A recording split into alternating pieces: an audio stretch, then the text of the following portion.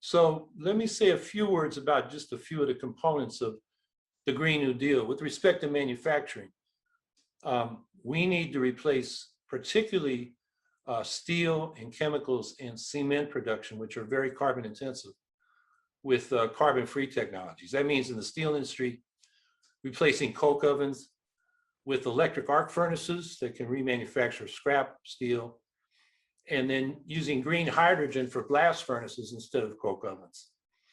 Now, the industry is already moving toward electric arc furnaces for the scrap metal, but they're not going to do that any faster than their coke ovens wear out. So there's a case for public ownership and planning to make that happen on the timescale we need. And then cement is dependent on your source, but it's like 6 to 8% of the world's carbon footprint, because calcium carbonate hardens the cement. Then when it's heated up, the calcium stays to harden, but the carbonate, it's emitted as carbon dioxide. And that's where we get this big emission. So there are cement, carbon-free cement technologies.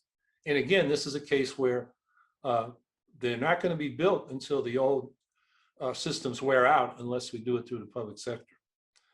And you can go through the different manufacturing sectors, even the renewable energy sectors, and you got to coordinate to supply the parts to the final assembly and manufacturing. And if you leave that to independent corporations to decide on their own, it probably won't be coordinated. The market is too slow to make the adjustments that we need at this time, because we're in an emergency.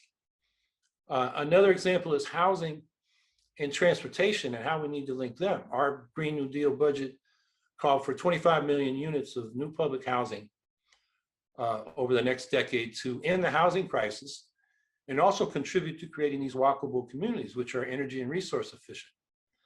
Well, you got to coordinate that with planning your mass transit system so that the new housing and the transit are within walking distance, and you create compact, diverse communities. And that's part of the transition we need to make.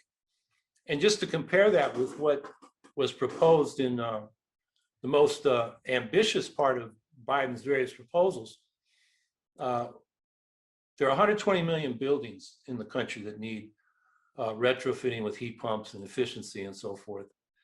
And Biden proposed doing 4 million in 4 or 5 years.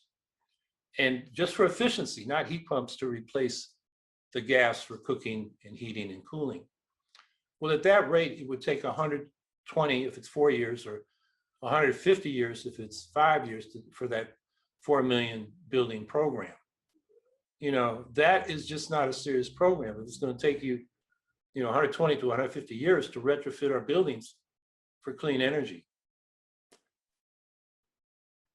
And then I'm going to skip a little discussion about agriculture so we have time for question and answers, but you can ask me about that if we get to that.